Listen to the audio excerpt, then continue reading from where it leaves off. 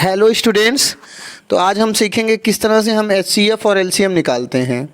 तो देखिए ध्यान से, जैसे 30 है, 30 को हम लिख सकते हैं 2 इंटू 3 इंटू 5, तो 2 3 जा 6 5 जा 30। और 75 है तो 75 को लिख सकते हैं 3 5 जा 15, 15 5 जा 75।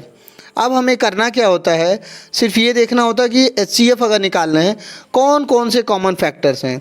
तो देखिए यहाँ पर 2 इसमें नहीं है तो ये कॉमन नहीं हुआ, 3 कॉमन है, यहाँ पर भी है, यहाँ पर भी, तो 3 एक कॉमन फैक्टर है ना, तो 3 यहाँ नोट कर लेंगे।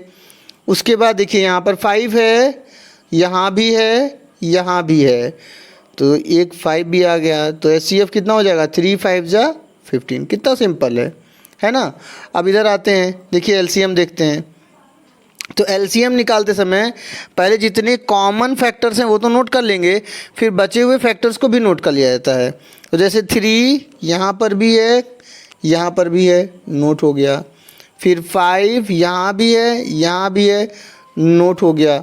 अब कौन से फैक्टर्स बच गए हैं, ये एक बच गया 2, तो इसको नोट कर लीजिए, 2 बच गया था, और एक 5 बच गया था, उसे भी नोट कर लीजिए। तो कितना आसान है ना।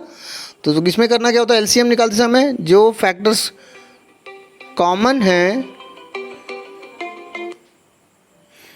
जो फैक्टर्स हमारे कॉमन हैं उसको पहले नोट कर लीजिए, उसके जो बचे हुए फैक्टर्स हैं उसको भी लिख लेते हैं। तो जैसे कॉमन क्या था, 3 एक कॉमन था और 5 कॉमन था, उसके बचा क्या 2 और 5 बच गया, तो उसको भी नोट कर लिया। तो एलसीएम हो जाएगा 2 3 जा 6, 6 5 जा 30, 35 जा 150।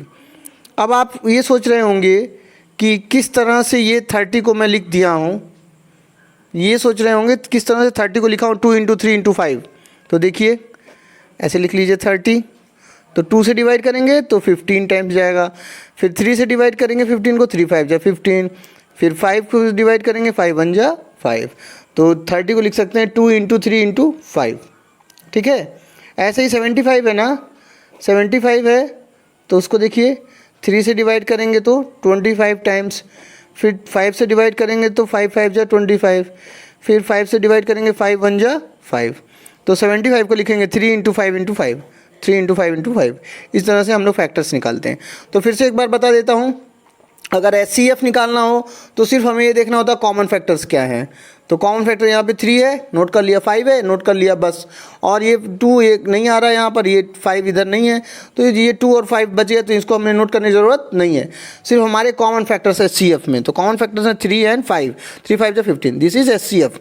नाउ एलसीएम इज, यहाँ पर जो कॉमन है वो भी नोट कर लेते हैं, फिर बाद में जो बचे हुए फैक्टर्स होते हैं उन्हें भी नोट करते हैं।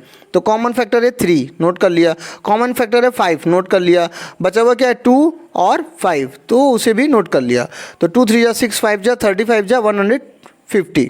ठीक है। अब एक और प्रॉपर्टी रह जाती है, वो प्रॉपर्टी होती है कि LCM into HCF is equal to product of numbers. ठीक है, प्रोडक्ट ऑफ नंबर्स।